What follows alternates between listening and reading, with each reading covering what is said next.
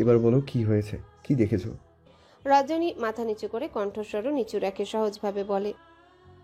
আচ্ছা, লতা মারা গেছে জানেন? বিভোর জানে এবং মৃত্যুর কারণটাও খুব ভালোভাবেই জানে। অন্যমনস্ক হয়ে বলে, জানি। বিকেলে বের হয়ে ওদের ওদিকে গিয়েছিলাম, তখন শুনি ওর অবস্থা খারাপ। জানেন, সন্ধ্যার আজানের সময় মেয়েটা মারা গেছে। আমার দিকে তখনও তাকিয়েছিল। বরাবর যেমন দেখলে একটু হেসে বলতো রজনী আপা, ঠিক তেমন ভাবেই হেসেছিল। বিড়বিড় করে হয়তো ডেকেছিল, জানি না।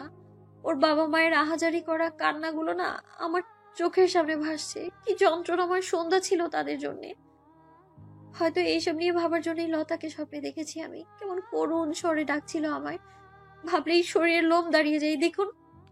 বিভোর ভেতরে ভেতরে ব্যথিত হলেও দাঁতে দাঁত চেপে সহ্য করে নিল। রজনীর মাথায় ভরসার হাত বুলিয়ে দিয়ে বলে, ভয় পেও না, আমি আছি তো, ঘুমাও, শুয়ে পড়ো। রজনী চোখ তুলে তাকায়। বিভোরের ভরসা মাখা হাত আর কথাগুলোই যথেষ্ট ছিল। এমন আস্ত একটা ভরসা করার মতো মানুষ পাশে থাকলে আর কি লাগে। রজনীর অবচেতন মন যেন তখন বলে চলেছে, এমন ভরসা করার মতো মানুষ পৃথিবীতে একটাও পাবি না রজনী। কয়টা মানুষ এমন সময় বলতে পারে এমন ভরসা মাখা কথা? কয়টা মানুষ তোর সামনে ঢাল হয়ে দাঁড়াবে তোর বিপদে? কেউ না। এই মানুষটাকে হারাস না রজনী, জীবনে আফসোসের শেষ থাকবে না। কথাগুলো ভাবতে ভাবতেই শুয়ে পড়ে। বিভোরও পাশে শয়, চোখ মেলে আছে তখনও। রজনী চোখ বন্ধ করে কিছুটা পাশ ঘেঁষে আসে বিভোরের। বিভোর সন্তর্পণে রজনীকে নিজের বুকে আগলে নিয়ে মাথায় হাত বুলাতে থাকে। রজনীর মনে হয় পৃথিবীর একমাত্র নিরাপদ স্থান এই মানুষটির এই প্রশস্ত বুক। নাক টেনে খুব যত্নে মাথা দিয়ে থাকে বিভোরের বুকে। বিভোর অনুভব করে বাহির থেকে রজনীগন্ধার তীব্র সুবাস এসে নাকে লাগে। বিভোর ও মনে মনে আওড়ায়, আমার উপস্থিতিতে তোমাকে কখনোই কোনো বিপদ ছুঁতে পারবে না রজনীগন্ধা। তুমি আজীবন ওই রজনীগন্ধা ফুলের মতোই পবিত্র থাকবে। তোমাকে নিরাপদ রাখার জন্য বিভোর এবং তার এই প্রশস্ত বুকটাই যথেষ্ট। তবে তার তবে তার আগে এবার পাপ থেকে বের হতে হবে। দিন বাড়ার সাথে সাথে অন্যায় বাড়ছে, এবার এসব বন্ধ করার পালা।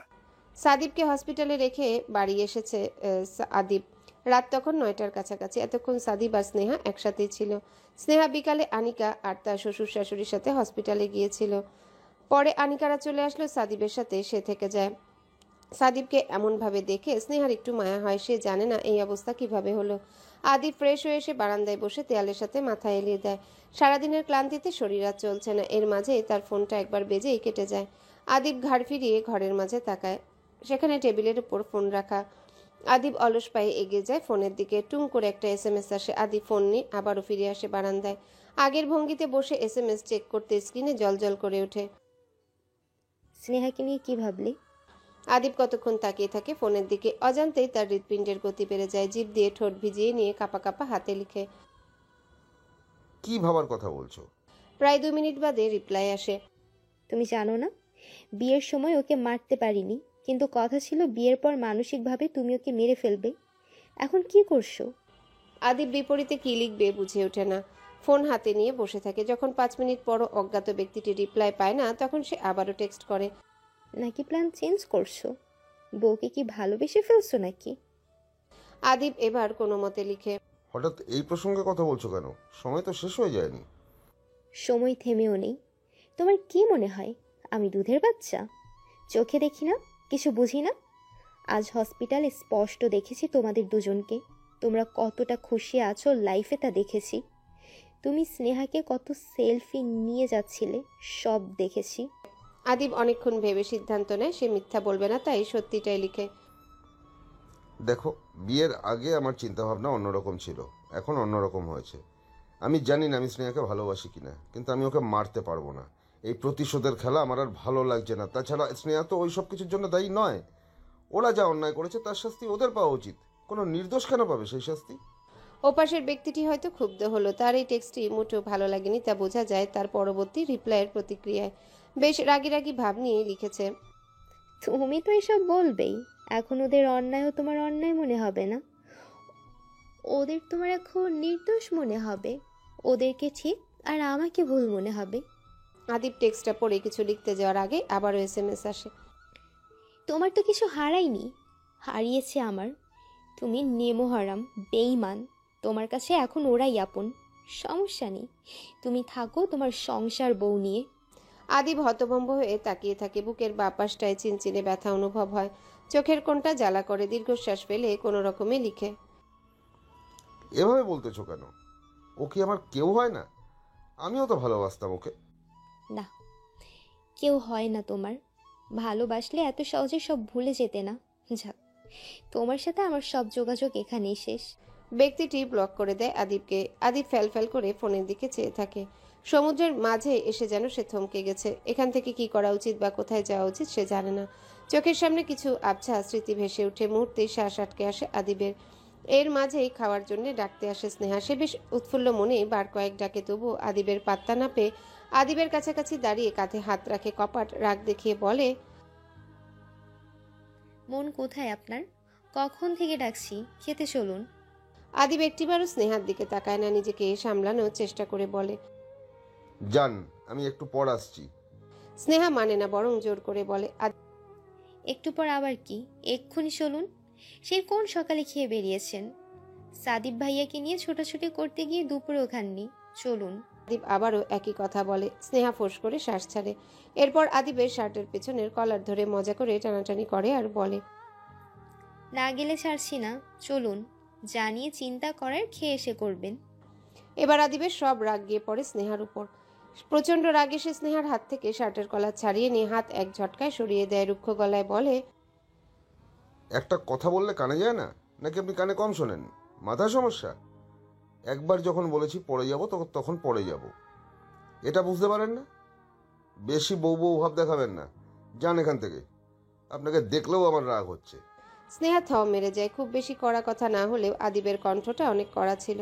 সে কি করেছে বুঝতে পারে না, আবার কিছু বলতে গেলেও গলা কেঁপে উঠে। বুঝতে পারে তার চোখ জ্বলছে।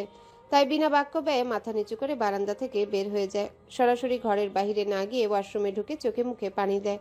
বারবার ঢোক গিলে কান্না আটকানোর চেষ্টা করে, নিজেই নিজেকে বকে। মিনিট 10 পর আনিকার ডাকে বের হয় স্নেহা। আনিকা খেতে যাওয়ার কথা বললে জবাবে স্নেহা বলে তার শরীর খারাপ লাগছে, বমি বমি পাচ্ছে, তাই খাবে না। আনিকা জোর করার পরও আর যায় না স্নেহা। আনিকা হতাশ হয়ে চলে যায়। স্নেহা ঘাড় বাঁকিয়ে একবার বারান্দায় তাকিয়ে চুপচাপ এলোমেলো পায়ে হেঁটে গিয়ে শুয়ে পড়ে। চোখ বন্ধ করে নীরবতা অনুভব করে। তার জীবনটা কেমন যেন এলোমেলো। একটুখানি সুখ ধরা দিলে পর মুহূর্তে আবার সুখগুলো দুঃখ হয়ে ধরা দেয়। চোখের কার্নিশ বেয়ে জল গড়ায়। কতক্ষণ পর সে ঘুমিয়ে পড়ে জানা নেই। তবে মাঝরাতে অনুভব করে কেউ তাকে ভীষণ শক্ত করে জড়িয়ে ধরে আছে, যেন ভীষণ যত্নে আগলে নিয়েছে বুকে, যেন সকল ঝড় বিপদ থেকে তাকে আগলানোর শপথ নিচ্ছে। সময় খুব দ্রুত গতিতে এগুচ্ছে। প্রায় মাস 2 মতো কেটেছে। অনবরত ড্রাগ পুশ করায় রিন্তি এখন পুরোপুরি নেশাদ্রব্যে আসক্ত। এখন সময় মতো নেশাদ্রব্য না পেলে তার নিজেরই পাগল পাগল লাগে। তখন তার বন্ধুরাই তাকে নেশাদ্রব্য এনে দেয়। মাঝে মাঝে বাড়িতেও লুকিয়ে আনে রিন্তি। যখন প্রচণ্ড ইচ্ছে হয় তখনই কেবল ড্রাগ নিয়ে পড়ে পড়ে বেঘরে ঘুমায়। আগে সৃজনী আসে একসাথে ঘুমাতো, কিন্তু এখন সে একাই ঘুমায়। প্রায় রাতেই সে ড্রাগ নিয়ে তারপর ঘুমাতে যায়। পড়ালেখার অবস্থা খুবই বাজে। ক্লাসের সব থেকে মেধাবী ভদ্রমের পড়ালেখার অবস্থা চরম খারাপ। বিভর শত চেষ্টার পরও রিন্তিকে দেখে রাখতে পারেনি। সে বুঝতেই পারেনি তার নাকের ডগা দিয়ে তার বোনকে নেশাগ্রস্ত বানানো হয়েছে। বিভোর আর রজনীর সম্পর্কের কিছুটা উন্নতি হয়েছে। রজনীকে নিরাপদে রাখা, তার প্রতি ভালোবাসার যত্ন, তাকে বোঝা, সবগুলোই রজনীর মনে গেঁথে গেছে। নিজের অজান্তেই একটু একটু করে তো সেই কবেই জায়গা দেওয়া শুরু করেছে। ইদানিং বিভোরের আশেপাশে থাকলে তার অযথাই লজ্জা লাগে। সে বুঝে ওঠে না তার সাথে ঠিক কী হচ্ছে। সবসময় বিভোরের আশেপাশে থাকতে ইচ্ছা করে, অথচ বিভোর আসলেই অজানা অনুভূতিতে লজ্জায় সে কুঁকড়ে যায়। বিষয়টা বিভোর যে খেয়াল করেনি তা নয়, সেও দেখেছে, হয়তো আন্দাজও করতে পেরেছে, তবুও সে নিশ্চুপ। বাড়ির বড়দের সাথে একটু ঝামেলা হয়েছে বিভোরের ব্যবসা নিয়ে। সে অনেকবার বলার পরও যখন বাড়ির লোক বুঝতে নারাজ, তখন সে ঝামেলা করে রাগ করে চলে এসেছে। বিভোর রাগ কমাতে সরাসরি ছাদে গিয়ে সিগারেট জ্বালায়। রজনী দেখেছে বিভোরকে আসতে, আর মুখভঙ্গি দেখে অনুমানও করেছে বিভোর রেগে আছে। গুটি গুটি পায়ে রজনী এগিয়ে যায় ছাদের দিকে। বিভোর তখন রাগে সিগারেট ফুঁকতে ব্যস্ত। বিভোরকে এভাবে সিগারেট টানতে দেখে বড্ড অবাক হয় রজনী। ব্যস্ত পায়ে এগিয়ে এসে ধপ করে বলে, আপনি সিগারেট খান? বিভোর চমকায়। হঠাৎ করে রজনীকে সে আশা করেনি। দ্রুত সিগারেট ফেলে নিজেকে সামলে নেয়। রজনী তখনও আগ্রহী দৃষ্টিতে তাকিয়ে আছে। বিভোর দৃষ্টি ফিরিয়ে নিয়ে গম্ভীরভাবে বলে, সব সময় না, মাঝে মাঝে খেতাম, এখন আর খাই না। আজ রাগ নিয়ন্ত্রণ করতে পারিনি, তাই খাচ্ছিলাম। রজনীর ভুরু কুঁচকে যায়। কোমরে হাত রেখে বলে, কি এমন কারণে রেগে আছেন যে আবার সিগারেট হাতে নিয়েছেন? বিভোর কিছু বলে না, ব্যাপারটা সে কাউকেই বলতে পারবে না, বলার মতোও নয়। নিজেদের অন্যায় কি কারোর কাছে বলার মতো? না। রজনী যদি জানে তবে তাকে আবারও ভুল বুঝবে। ধপ করে চোখ বন্ধ করে নিয়ে নিচু স্বরে বলে, কিছু না। রজনী বোঝে বিভোর তাকে বলবে না, হয়তো নিশ্চয়ই গুরুতর কোনো ব্যাপার, তাই সে বেশি ঘাটায় না বিভোরকে। ছাদের রেলিংয়ের সাথে হেলান দিয়ে দুহাত বুকের উপর আড়াআড়ি ভাবে রাখে, কিছুক্ষণ ভেবে বলে, আচ্ছা, আগে কেন খেতেন? তেষ্টা পেলে খেতাম। ছেড়েছিলেন কেন তাহলে? এখন তেষ্টা পায় না? পাই তো, তবে এখন তেষ্টা মেটানোর মানুষকে পেয়ে গেছি, যাকে দেখলেই আমার তেষ্টা মিটে যায়, তাই আর প্রয়োজন পড়ে না এটার। কথাটা পুরোপুরি বুঝতেই লজ্জা পায় রজনী। গাল দুটোয় লাল আভা ছড়িয়ে পড়ে। নিজের কাজে নিজেই বিরক্ত হয়। এগুলো আবার কি? এত বছর পর এসে সেই মানুষের সামনে লজ্জা পেলে চলে? এটা তো আরো বড় লজ্জার ব্যাপার। বিভোর আর চোখে তাকায়। রজনীর নত মুখের লজ্জায় লাল আভা ছড়ানো গাল দেখে রাগগুলো কোথায় যেন হারিয়ে যায়। ভেতরটা মুহূর্তেই শান্ত হয়ে যায়। প্রশান্তিতে যেন পুরো মনটাই ভালো হয়ে যায়। ঠোঁট কামড়ে ঘাড় বাঁকে সরাসরি তাকায় রজনীর দিকে। অদ্ভুত কণ্ঠে বলে, এভাবে লজ্জা পেলে আমার তেষ্টা বাড়বে, তখন মেটানোর মতো ক্ষমতা কিন্তু তোমার থাকবে না, বরং আরো লজ্জায় ধুলোর সাথেও মিশে যেতে পারো রজনীগন্ধা। রিফা মামা বাড়িতে এসেছে অনেক দিন হলো। পড়ালেখায় মন দিয়েছে। কোনো কিছু নিয়ে ভেবে নিজেকে আর কষ্ট দিতে চায় না, কিন্তু তবুও মাঝে মাঝে বিভোরের কথা আপনা আপনি মনে হয়। চেয়ারম্যান বাড়ির সবাইকে তার ভীষণ করে মনে পড়ে, কিন্তু নিজের জন্য ভালোর জন্য তার দূরে থাকায় শ্রেয়। রিফার মামা মামি রিফাকে নিজেদের মেয়ের মতোই দেখে। রিফা তো আর সারা জীবনের জন্য আসেনি। মাধ্যমিক শুরু হওয়ার দুদিন আগেই সে চলে যাবে। তাছাড়াও মাসের শুরুতেই মেয়ের সব খরচও পাঠিয়ে দেন সজল আহমেদ। সজল আহমেদ নিজে এসে এই গ্রামের স্কুলে মেয়ের কোচিং করানোর ব্যবস্থা করে গেছে। রিফা প্রতিদিনকার মতো আজও তার মামাতো বোন রুকসানার সাথে কোচিংয়ে যাচ্ছে। রুকসানা এটা সেটা বললেও রিফা চুপ করে আছে। রিফার নীরবতা দেখে হতাশ শ্বাস ফেলে রুকসানা। পায়ে পা মিলিয়ে হাঁটতে হাঁটতে বলে, তুই এমন চুপচাপ হয়ে গেছিস কেন দীপা? আগের মতো কথাও বলিস না, কি হয়েছে তোর? রিফা সামনে দৃষ্টি রেখেই বলে, কি হবে? কিছু হয় নাই। তাহলে তুই এভাবে চুপচাপ থাকবি? হুম। রিফার জবাবটা হজম হয় না রুকসানার, তাই ফোঁস করে শ্বাস ছেড়ে বলে, তোর কি আমাকে ফিডার খাওয়া বাচ্চা মনে হয়? সত্যিটা কেন বলছিস না? এই বিষয় নিয়ে আর একটা কথা বলবি তো আমি সোজা বাড়ি ছেড়ে চলে যাব। রুকসানা দমে যায়। রিফা যতই মিশুক তার চেয়েও বেশি জেদি। সত্যি সত্যি যে সে চলে যাবে না তার কোনো নিশ্চয়তা নেই, তাই আপাতত চুপ থাকাটাই শ্রেয় মনে হয় তার। দুজনে হেঁটে কিছু দূর এগোতেই দেখে গ্রামের ছেলেরা মিলে ক্রিকেট খেলছে। রিফা একবার পুরোটাতে চোখ বুলিয়ে নিশ্চুপে হাঁটা লাগায়, কিন্তু হুট করে তার পায়ের কাছে এসে পড়ে বল। আকস্মিক ঘটনায় সে দুপা পিছিয়ে যায়। একবার পায়ের দিকে তাকিয়ে আরেকবার তাকায় ছেলেগুলোর দিকে। তারা উৎসুক দৃষ্টিতে তাকিয়ে আছে। রিফা বলটা হাতে তুলে নেয়। এর মাঝে একজন এসে বলে, বলটা দেন। রিফা মাথা তুলে তাকায়। গরমে ঘরমাক্ত একটা মুখ তার সামনে দাঁড়িয়ে আছে। তার থেকে বেশ লম্বা, ফর্সা মুখটা রোদে লাল হয়ে আছে। বার কয়েক চোখের পাপড়ি ঝাপটিয়ে হাত দিয়ে কপালের ঘাম মুছে। রিফার কোনো সারা শব্দ না পেয়ে সে ফের বলে। বলটা দেন। রিফা বল দেয় না, শক্ত করে হাতের মুঠোয় বল ধরে তীক্ষ্ণ দৃষ্টিতে তাকিয়ে থাকে। ছেলেটা রুকসানার দিকে তাকিয়ে বলে, কানে শুনতে পান না? কথা বলতে পারে না? কখন থেকে বল চাইছি, দেয় না কেন? রুকসানা ভ্যাবাচাকা খেয়ে রিফার দিকে তাকিয়ে ব্যস্ত গলায় বলে, বলটা দিচ্ছি না কেন? রিফা ক্যাটকেটে গলায় জবাব দেয়। এখন তো আরই দিব না। ছেলেটা হাঁ করে তাকায়, ভ্রু কিঞ্চিত কুচকে বলে, কথা বলতে পারেন দেখি, তা বল দিবেন না কেন? প্রথমত আপনারা সাবধানে খেলেননি, বলটা এসে লেগেছে আমার পায়ে। আবার এসে দুঃখিত বলা বাদ দিয়ে আমাকে বোবা বয়রা বানিয়ে দিয়েছেন, তারপরও বলের আশা করেন? ছেলেটা তীক্ষ্ণ দৃষ্টিতে তাকিয়ে রিফার পা থেকে মাথা পর্যন্ত পর্যবেক্ষণ করে, তারপর ঠোঁট গোল করে বলে, দেখতে তো এইটুকু, আর ঝাঁজ এত। দেখতে তো এইটুকু আর ঝাঁজ এত। তা দেখেছেন নিজেকে? আমি যদি আপনাকে তুলে আছাড়ও মারি, আপনার পেট ফেটে নাড়ি ভুড়ি বের হয়ে যাবে কিন্তু। ফুঁসে উঠে রিফা।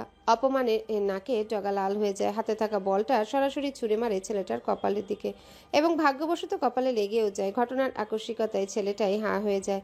রিফা দাঁতে দাঁত চেপে বলে, রিফাকে এইটুকু ভেবে ভুল করতে যাবেন না। রুকসানার হাত টেনে গটগট করে এগিয়ে যায়। ছেলেটা কপাল ডলতে ডলতে ঠোঁট গোল করে শ্বাস ছাড়ে। বাঁকা হেসে বলে, কিন্তু এইটুকু রিফা যে আহসানের সাথে লেগে কাজটা ভালো করেনি। আমার খুব শীঘ্রই দেখা হবে, মিস এইটুকুনি। রিন্তির কলেজ থেকে ভাইস প্রিন্সিপাল কল করেছিলেন। লাস্ট এক্সামের রেজাল্ট খুবই বাজে, ক্লাসে উপস্থিতিও তার নেই বললেই চলে। এত মেধাবী শিক্ষার্থীর হঠাৎ এই পরিবর্তন কেন? বিভোর ভাইস প্রিন্সিপালের সাথে কথা বলে কতক্ষণ হাঁ হয়ে বসে থাকে। রিন্তি প্রতিদিন কলেজে যায়, অথচ তার উপস্থিতি নেই কেমনে সম্ভব? ব্যবসায়ের ঝামেলায় তার সারাদিন থাকতে হতো বাহিরে। কেবল রাতের সময়টুকুতে সে বাড়ি ফিরত, আবার সকলে খেয়ে বের হতো। কিন্তু রিন্তি আর সৃজনীর দায়িত্ব সে দিয়েছিল সুজনের কাছে। চারিপাশের সব চিন্তায় মাথা পুরো হ্যাং হয়ে গেছে। বড় বড় কয়েকটা শ্বাস নিয়ে উঠে যায় সুজনের কাছে যাওয়ার জন্য। এর মাঝে ঘরে আসে সুজন আর সৃজনী। তাদের দেখে শান্ত দৃষ্টিতে তাকায় বিভোর। সৃজনী বলে, ভাইয়া কি কোথাও যাচ্ছেন? তোমাদের কাছেই যাচ্ছিলাম, বসো, কথা আছে। সৃজনী চেয়ার টেনে বসে। সুজন বিভোরের পাশে বসে উৎসুক দৃষ্টিতে একবার বিভোর আর একবার সৃজনীর দিকে তাকায়। দুজনার মুখভঙ্গি বলে দিচ্ছে বেশ গুরুত্বপূর্ণ কথা। সুজন গলা পরিষ্কার করে বলে, কিছু হয়েছে ভাই? সৃজনী সুজনকে থামিয়ে দিয়ে বিভোরকে বলে, ভাইয়া, রিন্তি আপুর বিষয়ে কথা ছিল। বলো। সৃজনী ফোঁস করে শ্বাস ছাড়ে, কণ্ঠস্বর নিচু করে মাথা নত করে বলে, ভাইয়া, আমার মনে হয় রিন্তি আপুর সাথে কিছু হচ্ছে। আপু ঠিক নেই, আগের মতো নেই, পড়ে পড়ে শুধু ঘুমায়। রাতে আমাকেও ঘুমাতে নেয় না। আচরণেও পরিবর্তন আসছে, একটুতেই খিটখিট করে। ভোর চোখ তুলে তাকায়, চোখ লাল হয়ে আছে। পুরোপুরি নিশ্চিত না হলেও সে আন্দাজ করতে পেরেছে শরীরে ঘাম দিচ্ছে। চোখ পিটপিট করে কতক্ষণ তাকিয়ে নিস্তেজ গলায় বলে, সুজন, আমার দুই বোনের দায়িত্ব তোর ওপর ছিল। সুজনও হয়তো আন্দাজ করতে পারে, মাথায় হাত দিয়ে জিভ দিয়ে ঠোঁট ভিজিয়ে নেয়। ভাঙা ভাঙা ভাবে বলে, ভাই, আমি তো নিয়ম করে ওদের দুইজনকে পৌঁছে দিয়েছি, আবার আমি গিয়ে নিয়ে এসেছি।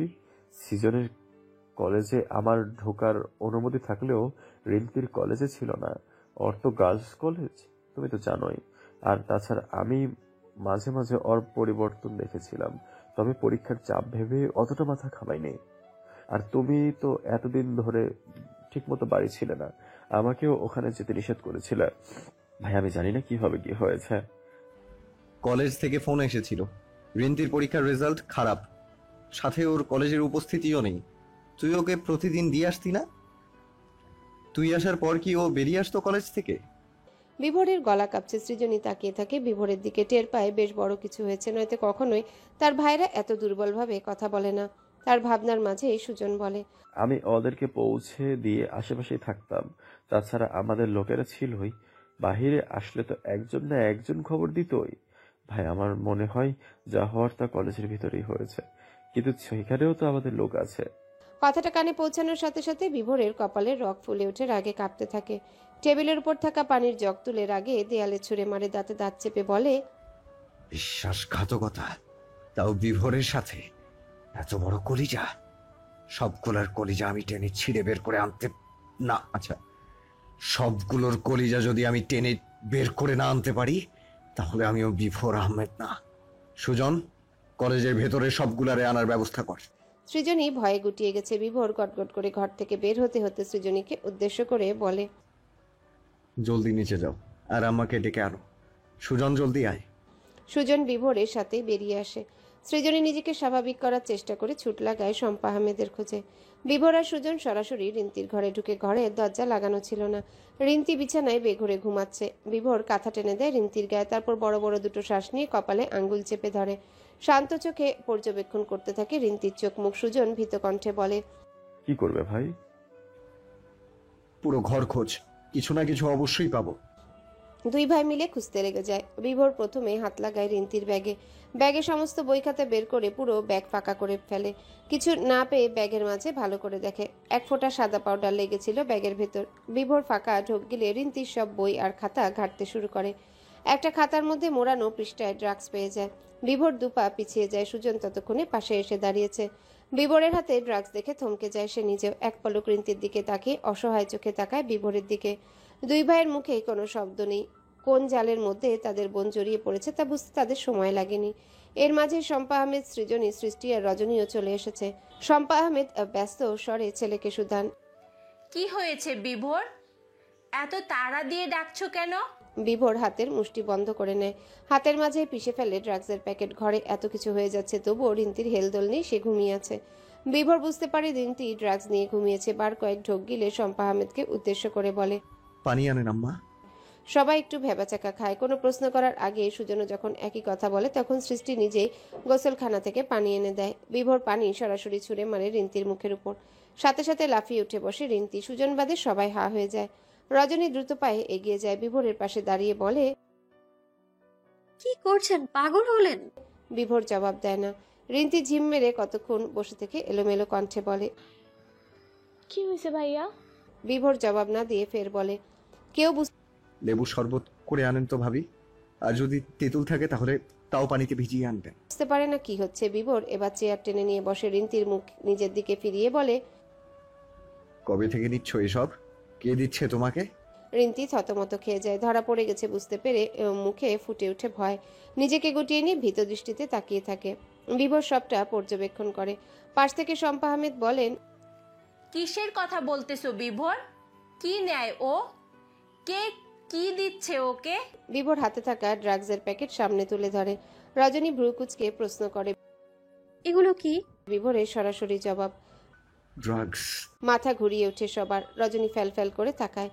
তার যেন বিশ্বাসই হয় না। রিন্তি চট করে উঠে বিভোরের হাত থেকে ড্রাগস নেওয়ার চেষ্টা করে, কিন্তু বিভোর তার আগেই হাত সরিয়ে নেয়। রিন্তি উম্মাদের মতো বলতে থাকে, ওটা কেন নিয়েছো ভাইয়া? ওটা আমাকে দাও, ওটা নিবে না। সৃষ্টি ততক্ষণে লেবুর শরবত নিয়ে এসেছে। বিভোর বসা থেকে উঠতে উঠতে বলে, আম্মা, মেয়ের ভালো চাইলে ওকে এটা খাইয়ে দেন, আর খাওয়ানো শেষে পাশের ঘরে গিয়ে দরজা আটকে দেবেন বাহির থেকে। আমি না আসা পর্যন্ত যেন ওই ঘর থেকে ও বের হতে না পারে। বিভোর আর সুজন বের হয়ে যায়। রিন্তি চিৎকার চেঁচামেচি শুরু করে। শম্পা আহমেদ আঁচলে মুখ গুজে কাঁদেন।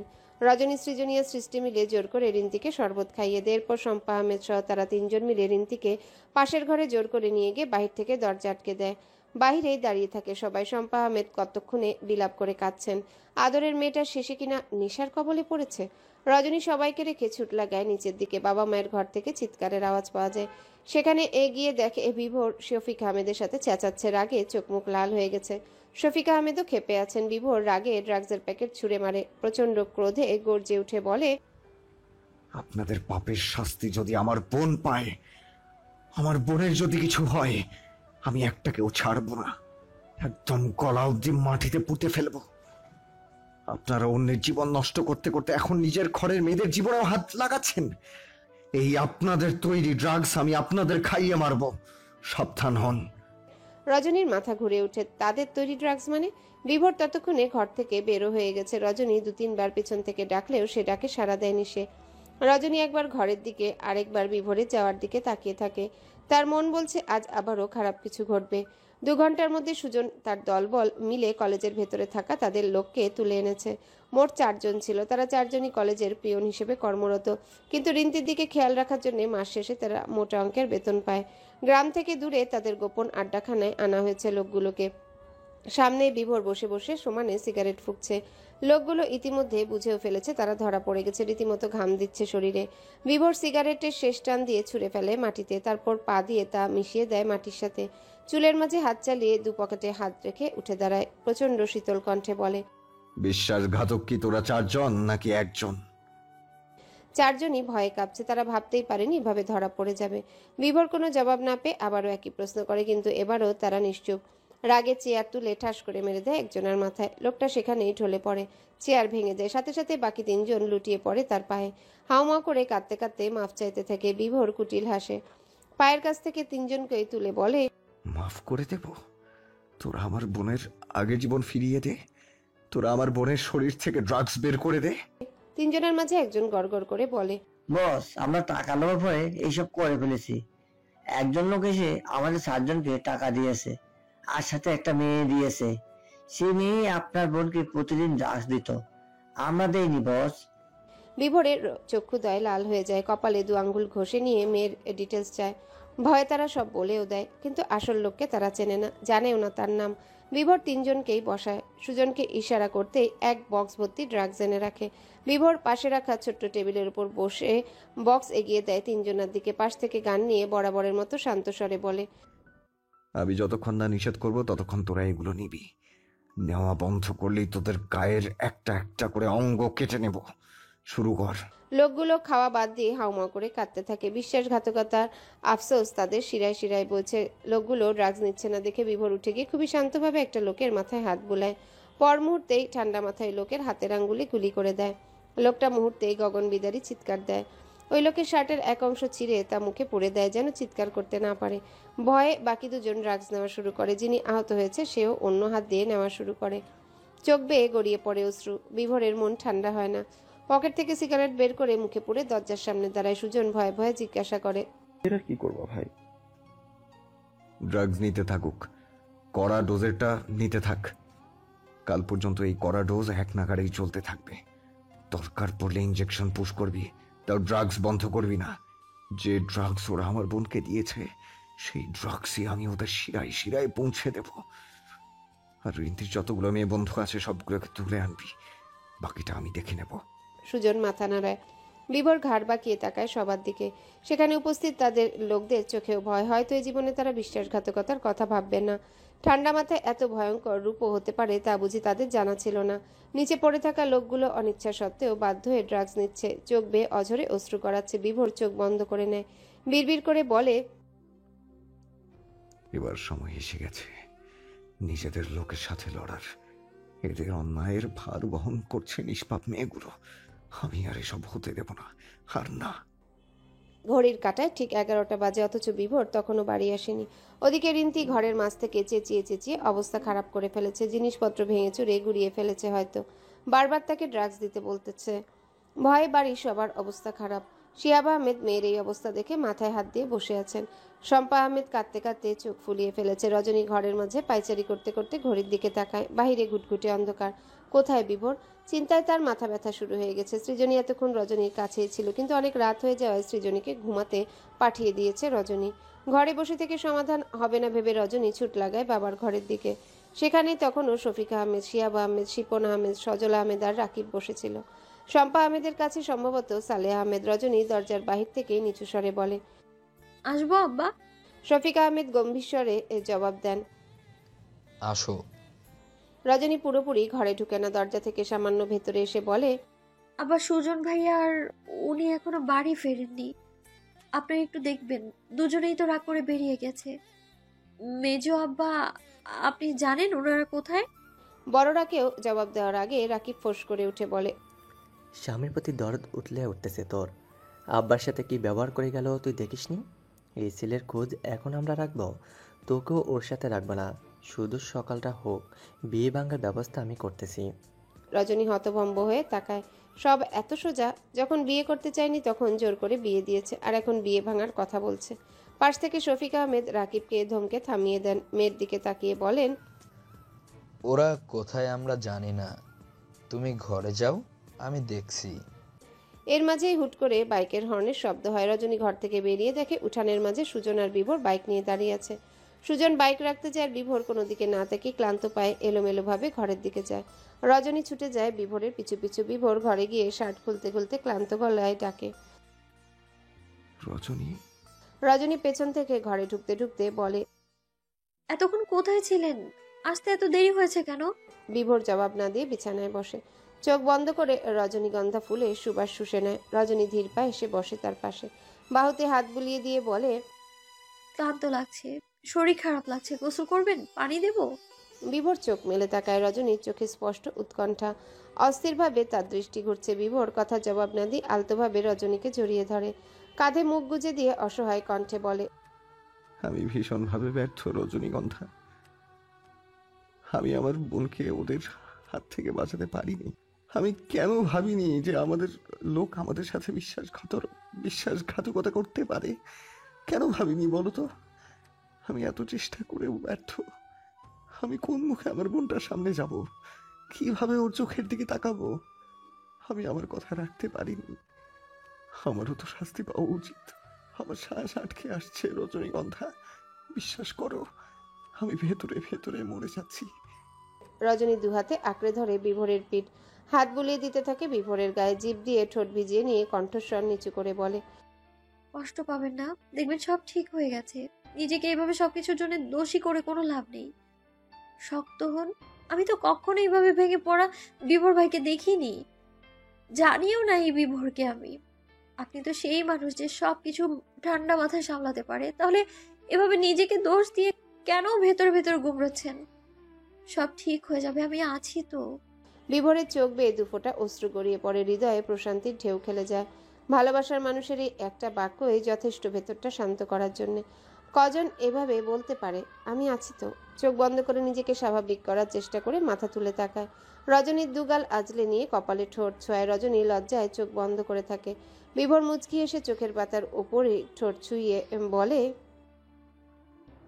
রজনীগন্ধার প্রেমে আমি নিজের সর্বস্ব হারিয়েছি, অথচ সেই রজনীগন্ধাই আমার ভেতরের দুর্বলতা সরিয়ে শক্তি হতে চাইছে।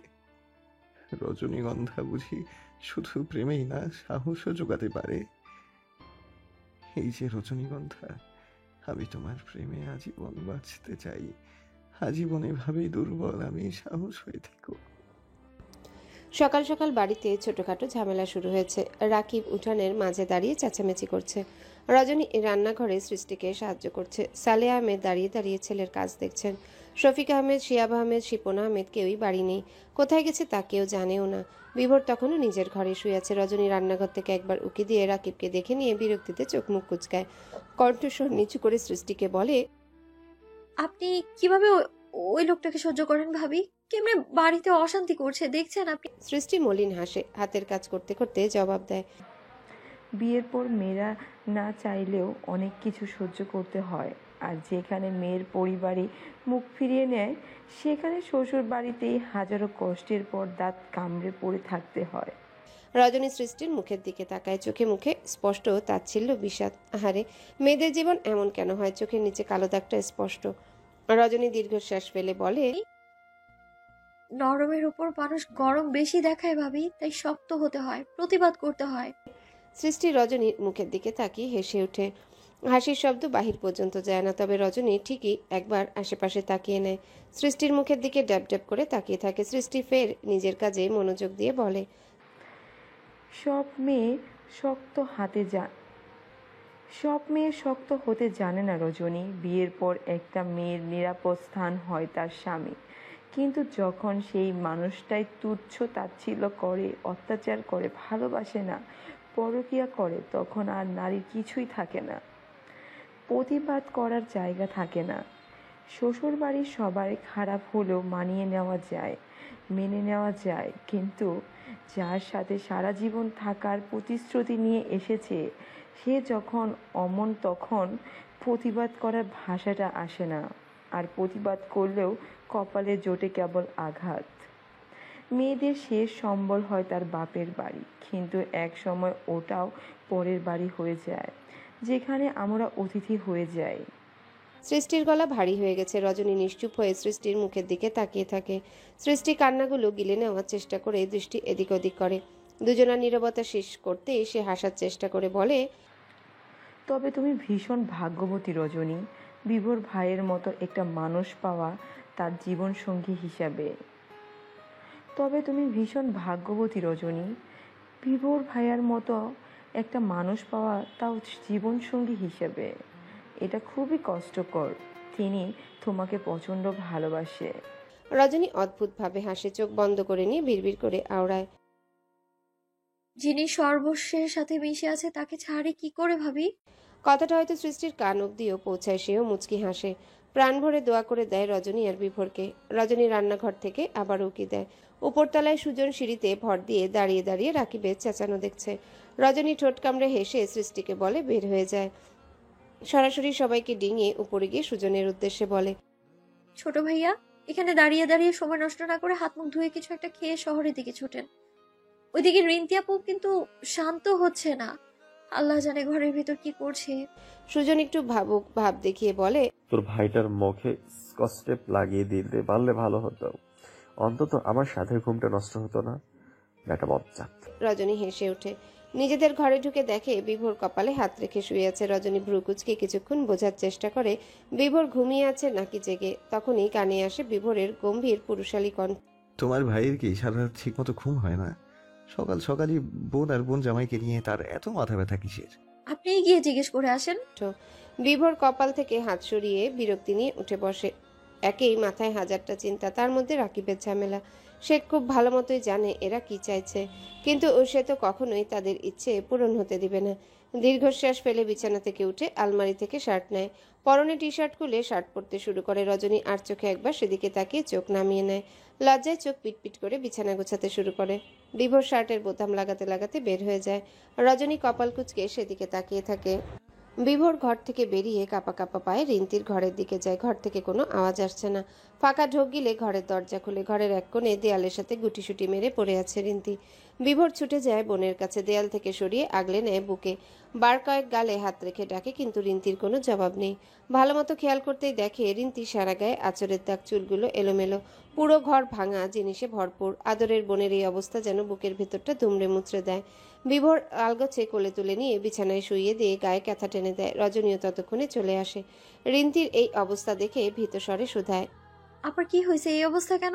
বিভোর কয়েক সেকেন্ড চুপ থেকে জবাব দেয়, নেশাগ্রস্তরা এমনই হয়, তারা নেশাদ্রব্য না পেলে রীতিমতো উন্মাদ হয়ে যায়। ওরও একই অবস্থা। রজনী রিন্তির পাশে বসে মাথায় হাত বুলিয়ে দিতে শুরু করে। বিভোর চেয়ার টেনে বসে, ফোনে কি যেন করতে শুরু করে। রজনী একবার সেদিকে তাকিয়ে থম মেরে বলে, ফোনে এত মনোযোগ দিয়ে কি করছেন? ফোনে কি দ্বিতীয় বউ আছে নাকি? প্রথম বউ হতে পারে। রজনীর কপালে সূক্ষ্ম ভাঁজ পড়ে, তবে কিছু বলে না। বিভোর পুরো মনোযোগ দিয়ে ফোন চালাচ্ছে। রজনী বারবার সেদিকে তাকালেও কিছু বলছে না, ফোঁসফোঁস করে শ্বাস নিচ্ছে কেবল। মিনিট 10 তাদের সেভাবে সেখানেই কাটে। শম্পা আহমেদ আর পাপি আহমেদ আসে রিন্তির কাছে। রিন্তিরও ততক্ষণে ঘুম ভেঙে গেছে। পাশেই বিভোর। রজনী নিজের মার কাকিকে দেখে লাফিয়ে বসে, বিভোরের হাত শক্ত করে চেপে ধরে বলে, ওগুলো কই ভাইয়া? আমাকে দাও, আমি পাগল হয়ে যাবো ওসব না পেলে। দাও আমাকে তাড়াতাড়ি। বিভোরের হাতে রিন্তির নখ প্রায় ডেবে যায়, তবুও বিভোর চুপচাপ রিন্তির চোখের দিকে তাকিয়ে থাকে।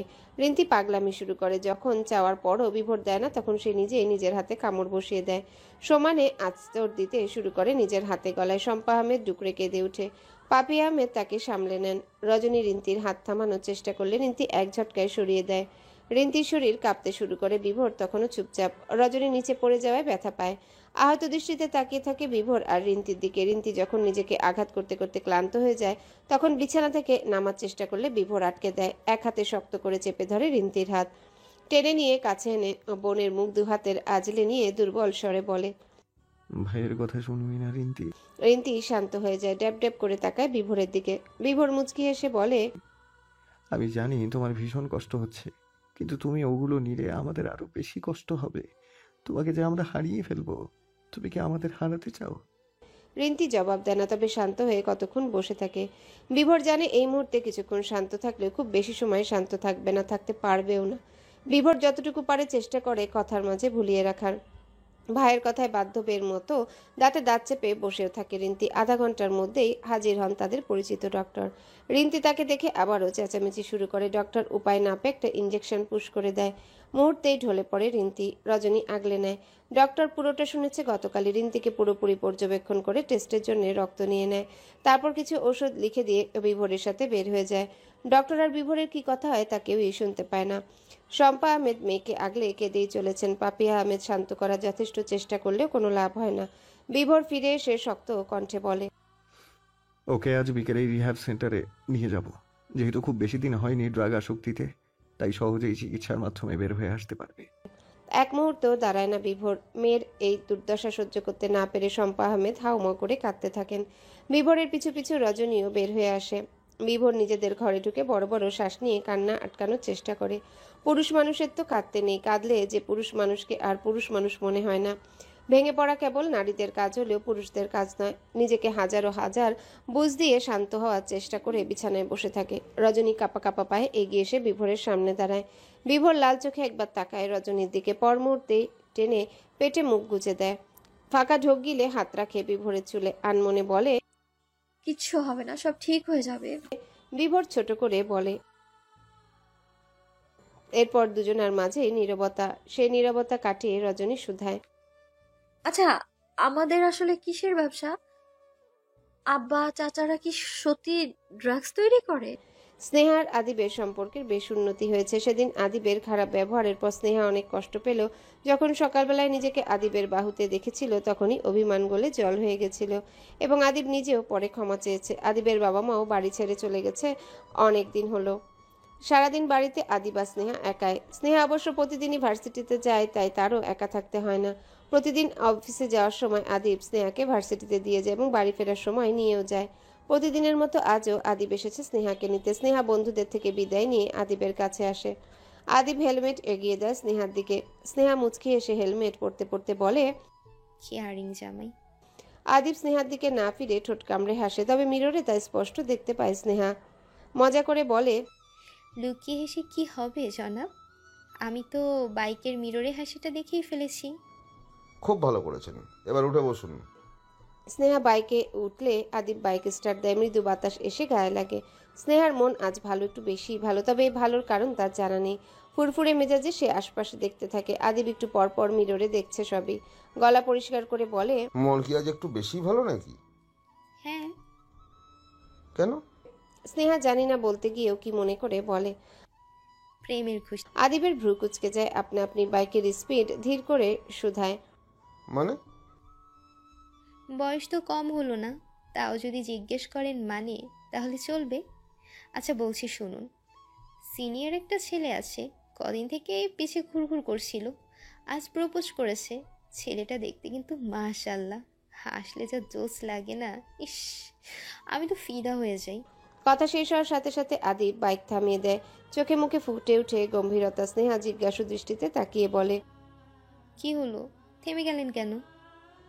নামুন। হ্যাঁ, নামবো কেন? নামতে বলছি, নামেন। স্নেহার কপালে ভাঁজ পড়ে। হঠাৎ নামতে বলল কেন? এই ছেলে কি এখন রেগে তাকিয়ে রাস্তায় দাঁড় করিয়ে রেখে চলে যাবে নাকি? চোখ পিটপিট করে কতক্ষণ আদিবের দিকে তাকিয়ে থাকে। আদিব নিজের হেলমেট খুলতে খুলতে বলে, কি হয়েছে এবার বলেন, এতক্ষণ ঠিকমতো শুনতে পাচ্ছিলাম না। স্নেহা ভ্যাবাচাকা খায়, আমতা আমতা করতে শুরু করে। আদিব দুহাত বুকের উপর আড়াআড়ি ভাবে রেখে বলে, তা কে যেন কি বলেছে? কোন সিনিয়র যেন কি করেছে? আর কার হাসি দেখে কে যেন ফিদা হয়েছে? স্নেহা ব্যস্তভাবে দুপাশে মাথা নাড়িয়ে বলে, কেউ না, কিচ্ছু হয়নি। আদিব বাঁকা হাসে। নিজের হেলমেট ফের পড়তে পড়তে বলে, এসব মজা আদিবের সাথে করে লাভ নেই। এসব পার করেই এতদূর আসছি মাই মিসেস। অতএব আবার বসুন। স্নেহা ভূতা মুখ নিয়ে উঠে বসে। কি ভাবলো আর কি হলো? ভেবেছিল সে মজা নেবে, উল্টো আদিবই তাকে ফাঁসিয়ে দিয়ে মজা নিল। মনে মনে বিশাল বকা দিয়ে মনকে ক্ষান্ত করে রাস্তায় তাকিয়ে থাকে। আদিব নিজেদের বাড়ির রাস্তায় না গিয়ে অন্য একটা রাস্তায় ঢুকে পড়ে। স্নেহা একটু চেঁচিয়ে বলে, আরে কি করছেন? নিজের বাড়ির রাস্তা ভুলে গেলেন নাকি? এদিকে কোথায় যাচ্ছেন? চুপচাপ বসে থাকেন, এভাবে চেঁচালে লোকজন ভাববে আমি আপনাকে কিডন্যাপ করতেছি। স্নেহা এবার নিচু স্বরে বলে, এদিকে কোথায় যাচ্ছেন? আমার শ্বশুর বাড়িতে। আপনার শ্বশুরবাড়ির রাস্তা এটা না। এদিকে একটা বানিয়ে দিয়েছি, নতুন শ্বশুরবাড়ি আর কি। আগেরটার আপ্যায়ন ভালো না, তাই ভাবলাম আর একটা শ্বশুরবাড়ি দরকার। স্নেহা ভ্রু কুচকে তাকায়। এর মাঝে আদিব বাইক থামিয়ে দেয়। স্নেহা আশেপাশে তাকিয়ে শুধায়, এখানে আপনার শ্বশুরবাড়ি? না, এখানে আমার বউয়ের বাপের বাড়ি। স্নেহা চোখ ছোট ছোট করে তাকিয়ে থাকে। তেরা মুখ কেন করছে লোকটা? আদিব হেলমেট খুলে রেখে বলে, ওভাবে না তাকিয়ে নামেন। স্নেহা জেদ করে বলে, আপনার শ্বশুরবাড়ি আপনি যান, আমি যাব না। আচ্ছা, না গেলে না যাইয়েন, আমাকে নামতে দেন। তাই আগে আপনি নামেন। স্নেহা নেমে যায়। আদিব ঠোঁট কামড়ে হাসে। স্নেহা অন্যদিকে তাকিয়ে আছে দেখে সে সত্যিই নেমে পড়ে। এরপর স্নেহাকে রেখেই গাড়ির চাবি ঘোরাতে ঘোরাতে হাঁটা লাগায়। স্নেহা গাল ফুলিয়ে বাইকের সাথে হেলান দিয়ে দাঁড়িয়ে আশেপাশে তাকায়। জায়গাটা কোনো এক লেকের পার। আশেপাশে অনেক কপতি। কেউ কেউ হাঁটছে, কেউ বসে গল্প করছে, কেউ খুনসুটিতে মেতে আছে। আশেপাশের পরিবেশ দেখে আপনা আপনি ঠোঁটের কোণে হাসি ফুটে ওঠে স্নেহার। স্মৃতির পাতা থেকে কিছু কথা মনে পড়তেই হাসিটুকু মিলিয়ে যায়। চোখে মুখে ফুটে ওঠে একরাশ বিষাদ। আহা জীবন, কিছু অতীত কখনোই পিছু ছাড়ে না, আর যদি হয় তা ভয়ঙ্কর কিছু, তবে তা তো পিছু ছাড়ার প্রশ্নই আসে না। হাঁসফাঁস করতে করতে বড় বড় শ্বাস নেয়। চোখের কোণ জ্বালা করে। মুহূর্তে হাজির হয় আদিব। হাতের হাওয়ায় মিঠে এগিয়ে দেয় স্নেহার দিকে, হেসে বলে, আমার শ্বশুরবাড়ি পছন্দ হয়েছে মিসেস? স্নেহা ছোট্ট করে বলে, আদিব স্নেহার কণ্ঠস্বরে পরিবর্তন টের পায়। তারও মনে পড়ে যায় স্নেহার অতীতের কথা। কয়েক মুহূর্ত থমকে তাকিয়ে থাকে স্নেহার দিকে। স্নেহার দৃষ্টি তখন নিচের দিকে, হয়তো অশ্রুকণা লুকানোর প্রচেষ্টা। আদিব কোনো কিছু না ভেবে কোনো দিকে না তাকিয়ে শক্ত করে ধরে স্নেহার হাত। স্নেহা চোখ তুলে তাকালে আদিব মিষ্টি করে হাসে। আদিব হাত ধরা অবস্থাতে হাঁটা লাগায়। হাঁটতে হাঁটতে বলে, ওদিকটা অনেক সুন্দর। এখানে দাঁড়িয়ে অন্যের প্রেম দেখার চাইতে ওদিকে গিয়ে নিজের বউয়ের সাথে প্রেম করা বেশি উপকারী পয়েন্ট। স্নেহা অদ্ভুত চোখে তাকিয়ে থাকে আদিবের দিকে, আনমনে বলে বসে, মাঝে মাঝে আমি আপনাকে বুঝতে পারি না আদিব, আপনি আমার কাছে দুরকম হয়ে যান কেন? আদিব মুচকি হেসে স্নেহার হাত শক্ত করে ধরে হাঁটতে হাঁটতে জবাব দেয়, আমি তো আমি আপনার একমাত্র বর। আপনি আমাকে যখন যেভাবে চাইবেন, যখন যেভাবে পাবেন, আমি তেমনই মাই মিসেস। দুপুরে খেয়ে ভাত ঘুম দিয়েছিল রিফা। সেই ঘুমে ভাটা পড়ে রুকসানার ডাকে। রিফা চোখ মুখ কুচকে নেয়, ঘুমের মাঝে চোখ মেলে তাকায় না। রুকসানাও দমে না, ধাক্কা দিয়ে দিয়ে ডাকতেই থাকে। রিফা বিরক্তি নিয়ে উঠে বসে বলে, কি হয়েছে? কে মরছে? এমনি ধাক্কাস কেন? ফেলে দিবি নিচে? রুকসানা মুখ বাঁকিয়ে বলে, ভালো মতো তো কতবারই ডাকছি, উঠিস না কেন? উঠছি তো, এবার বল কি হয়েছে? কোচিংয়ে যাবি না? রিফা পাশে রাখা ঘড়ির দিকে তাকিয়ে দাঁতে দাঁত চেপে বলে, এখন বাজে 3:40, আমাদের পড়া শুরু 4:30-এ। এখন গিয়ে কি স্যারের মুখ দেখব? রুকসানা ফট করে বলে বসে, না, সুন্দর সুন্দর ছেলেদের মুখ দেখবো। রিফা কটমট করতে করতে বলে, থাম, আমি মামিকে বলতেছে, তারপর সে তোকে বুইরা দেখিয়ে দিবে। রিফা সত্যি সত্যি উঠতে নিলে রুকসানা হকচকি ছুটে আসে রিফার কাছে, চেপে ধরে বলে, বোন, ভুল হয়েছে, আর এই ভুল জীবনেও করব না। তাও আমারে বলতে যাস না। রিফা মুখ বাঁকায়, পুনরায় বিছানায় বসে ভালোভাবে। রুকসানা কাঁদো কাঁদো গলায় বলে, যেহেতু ঘুম ভেঙেই গেছে, তাহলে চল না যাই। কোথায় যাবি? মাঠের দিকে, আজ 2 গ্রামে খেলা আছে। রুকসানা বেশ উত্তেজিত গলায় কথাগুলো বললেও রিফার কপাল কুঁচকে যায়। ফোঁস করে শ্বাস নিয়ে বলে, আজ গেলে আবার ওই অভদ্র লোকের মুখ দেখতে হবে, যা আমি চাই না, তাই আমি যাব না। তোর মন চলে তুই যা। রিফা যাবে না বলে জেদ করে বসে থাকে। রুকসানা অসহায় চোখে তার দিকে তাকিয়ে থাকে বেশ কিছুক্ষণ। তারপর অনেক কিছু বলে, অনেক ইমোশনাল ডায়লগ দিয়ে রাজি করায়। রিফা শুধু অগ্নিদৃষ্টি ছুড়ে দিয়ে হাত মুখ ধুতে যায়। তারপর ঘরে এসে ভালো মতো ওড়না মাথায় টেনে দিয়ে একবারে দুজনাই ব্যাগ নিয়ে বের হয়। রুকসানার মনে তো রীতিমতো প্রজাপতি উঠতে শুরু করেছে, কিন্তু রিফা অনিচ্ছা নিয়ে এগোচ্ছে। দুজনে কথা বলতে বলতে চলে আসে মাঠের কাছে। অনেক মানুষের উপস্থিতি দেখে থতমত খেয়ে যায় রিফা। রুকসানার হাত ধরে টেনে বলে, এত মানুষের মাঝে যাওয়া ঠিক হবে না রুকসানা, চল বাড়ি ফিরে যাই। আরে, এদের মাঝে দাঁড়াবো নাকি? ওদিকে জায়গা ফাঁকা আছে, আর গ্রামের অনেক মেয়েরাও আছে। রিফা তবুও গাইগুই শুরু করে। রুকসানা টেনে টুনে নিয়ে যায় তার বলা জায়গায়। সেখানে সত্যি ছোট ছোট এবং তাদের বয়সী অনেক মেয়েকে দেখে রিফা একটু স্বস্তি পায়। দুজনে দাঁড়িয়ে খেলা দেখতে শুরু করে। খেলা শুরু হয়ে গেছে বেশ কিছুক্ষণ আগে, ক্রিকেট খেলা। রিফা খেলা দেখার সাথে সাথে আশেপাশে তাকাতেই চোখে চোখ পড়ে যায় আহসানের সাথে। রিফা হকচকিয়ে দৃষ্টি সরিয়ে নেয়।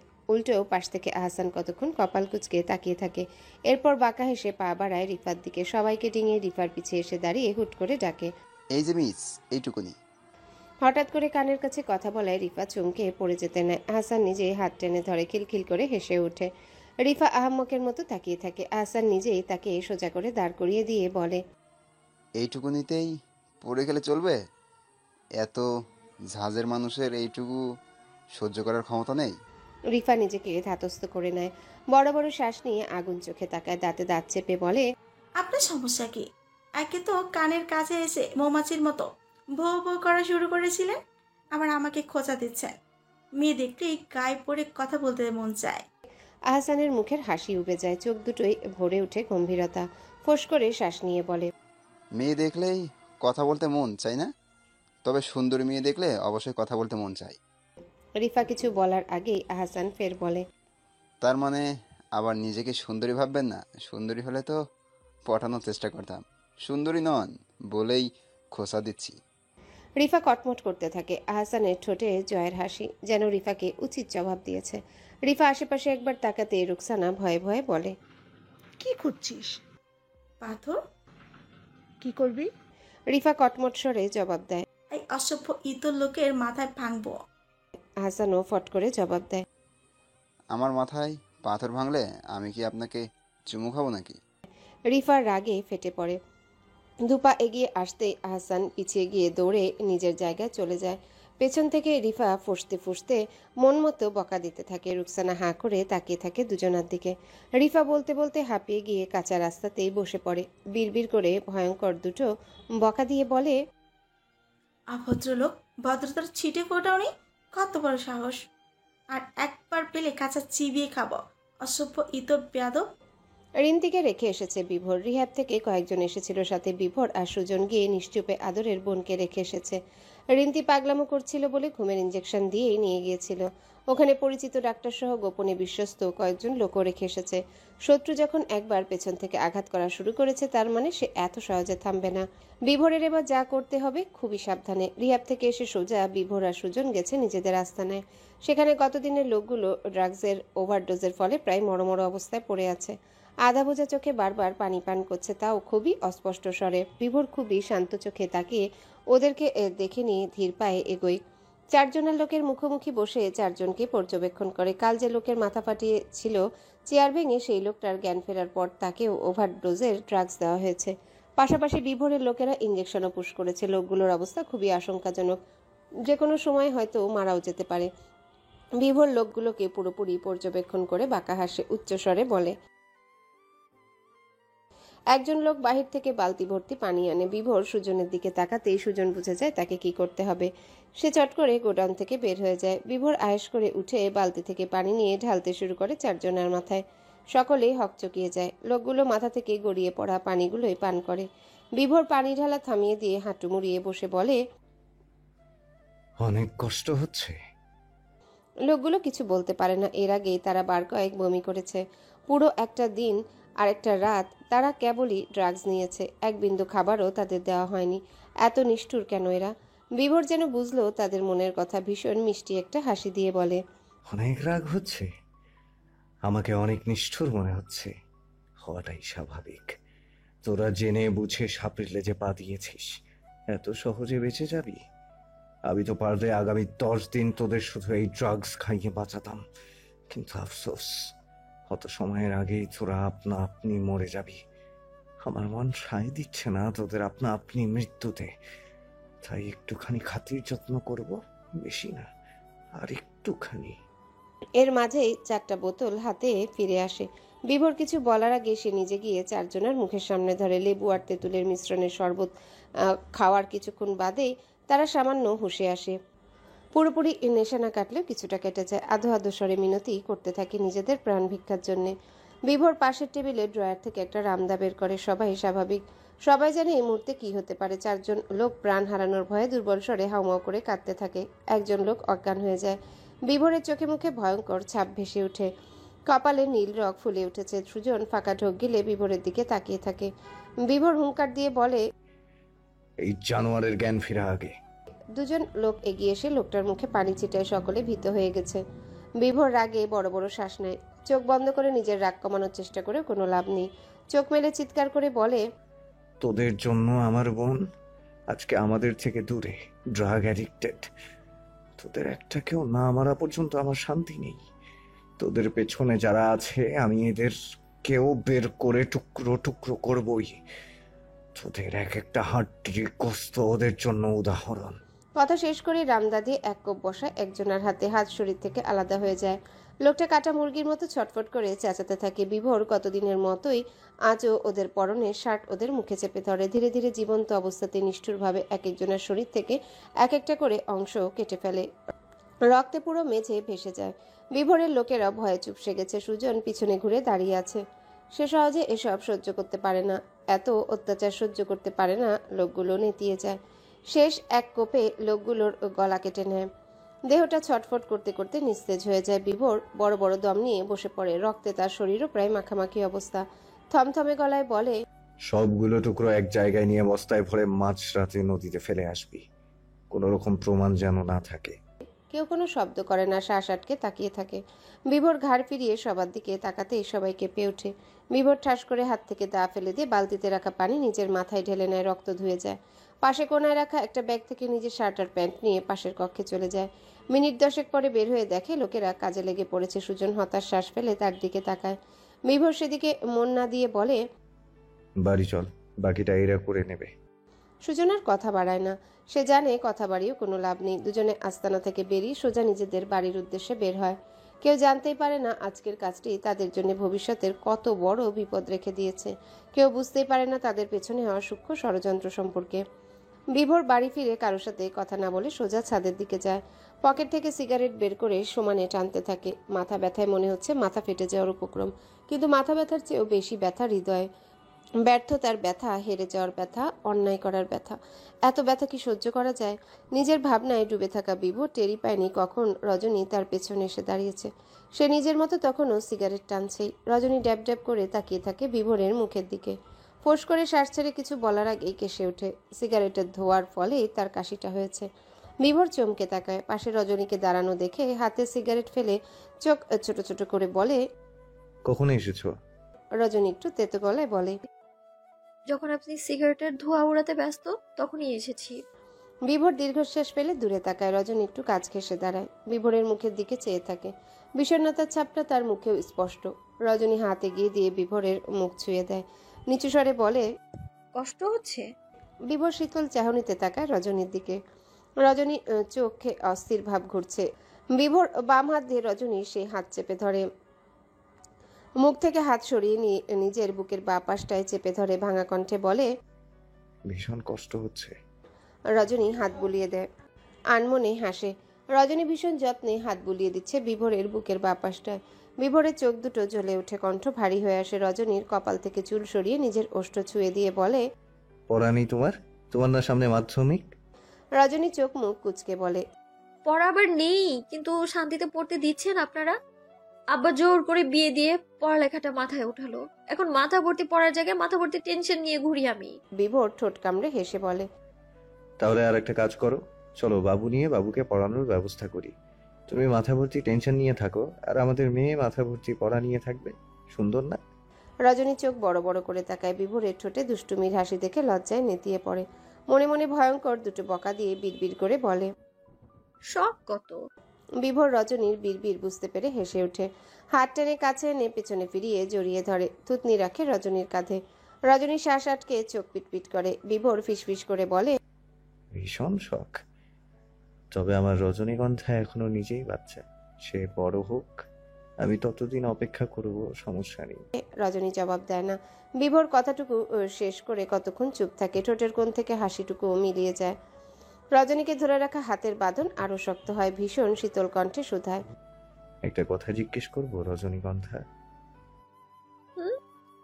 রজনীর মন তখন অন্যদিকে। সে কোনো মতে হুঁ বললেও বড় বড় শ্বাস ফেলে। হৃৎপিণ্ডের গতি বেশ বেড়েই যাচ্ছে। বিভোর কি শুনতে পাচ্ছে তার ভাবনার মাঝে বিভোর বলে, পৃথিবীর নিয়মে যদি আমাকে হারিয়ে ফেলো, তবে কি তুমি অন্য কারো হয়ে যাবে? যে স্বপ্নগুলো আমি তোমাকে নিয়ে দেখি, সেই স্বপ্নগুলোই কি অন্য কারোর সাথে পূরণ করবে? অন্য কাউকে ভালোবাসবে রজনীগন্ধা? রজনী কথাটায় কতক্ষণ থমকায়। বিভোরের পুরো কথাটা বোঝার চেষ্টা করে। এরপর চোখ বন্ধ করে বড় শ্বাস নিয়ে ঘুরে যায় বিভোরের মুখোমুখি। বিভোর কি ভীষণ শান্ত চোখে তাকিয়ে আছে। রজনী কেঁপে ওঠে। পরক্ষণে বিভোরের চোখে চোখ রেখে বলে, আপনি কি ছেড়ে দিবেন আমায়? বড় ভাইয়ার আব্বার কথা শুনে কি আমায় ছেড়ে দিবেন? বিভোরের ভীষণ হাসি পায়, কিন্তু না হেসে দুদিকে মাথা নাড়িয়ে রজনী দুগাল হাতের আঁচলে নিয়ে বলে, এত সহজ? ভালোবেসেছি কি ছেড়ে দেওয়ার জন্য? কখনোই ছাড়বো না রজনীগন্ধা। রজনীগন্ধা ছাড়া বিভোর শূন্য, রজনীগন্ধার প্রেমেই বিভোর পূর্ণ। তাহলে বললেন কেন হারিয়ে যাওয়ার কথা? দেখলাম আমার বউ আমাকে কতটা ভালোবাসে। রজনী ভ্রু কুচকে বলে, তা কতটা বাসে? বিভোর ঠোঁট কামড়ে কতক্ষণ ভাবার ভঙ্গিতে তাকিয়ে বলে, ভালোবাসো বুঝি? রজনী থতমত খেয়ে যায়। চোখ পিটপিট করে বলে, ছাড়ুন ছাড়ুন, আমার পড়া আছে। বিভোর না ছেড়ে শক্ত করে ধরে। মাথা দুদিকে নাড়িয়ে বলে, ছাড়বো না। বলো বলো, ভালোবাসো? রজনী ব্যস্ত ভঙ্গিতে উপর নিচ মাথা নাড়িয়ে ফট করে দুদিকে মাথা নাড়িয়ে বলে, জানি না জানি না। বিভোরের হাসি পায়। মুখ নিয়ে রজনীর মুখের দিকে এগোতে রজনী একটু জোরে বলে ওঠে, আম্মা আসতেছে। বিভোর চমকে সরে যায়। রজনী এই ফাঁকে ছুটে নিচে নেমে যায়। বিভোর মাথা চুলকে একা দাঁড়িয়ে হাসি। রেলিং এর সাথে দাঁড়িয়ে পকেটে দু হাত গুজে দরজার দিকে তাকিয়ে থাকে। দীর্ঘশ্বাস ফেলে বলে, এই জীবনে তোমাকে না জড়ানোই বোধহয় মঙ্গলের ছিল। রজনীগন্ধা। তবে তোমাকে হারানোর বা অন্য কারো হতে দেখারও যে সাহস ছিল না আমার। তুমি যে বিভোর একটু বেশি দুর্বল। তোমাকে পাওয়ার অসুখটা যে আমাকে আস্তে পৃষ্ঠে ছিল। রজনীগন্ধা, কখনো আমাকে ভুল বুঝো না, বেঈমান বা স্বার্থপর ভেবো না। রজনীগন্ধার জন্য বিভোর কখনোই স্বার্থপরতা করবে না। তোমাকে পাওয়ার সুখ আমার সব সুখের ঊর্ধ্বে। তোমাকে পেয়ে হৃদয়ে সুখ কানায় কানায় পূর্ণ। শুধু একটু ভালোবাসো রজনীগন্ধা। আমি যে তোমার ভালোবাসা পাবার আশায় ব্যাকুল হয়ে আছি। ভালোবাসো রজনীগন্ধা, এই জীবনটুকু কেবল আমার হয়েই থাকো। ডিসেম্বর মাস, সকাল সকাল ভালোই শীত পড়েছে। এই শীতের মধ্যে রিফাকে টেনে তুলেছে রুকসানা। গায়ে সোয়েটার চেপে শীতে এক হাত অন্য হাতের সাথে ঘষে চলেছে অনবরত। রিফা বিরক্তি নিয়ে কতক্ষণ তাকিয়ে থাকে। রুকসানা তাড়া দিয়ে বলে, জলদি চল। আজ আবার কই যাব?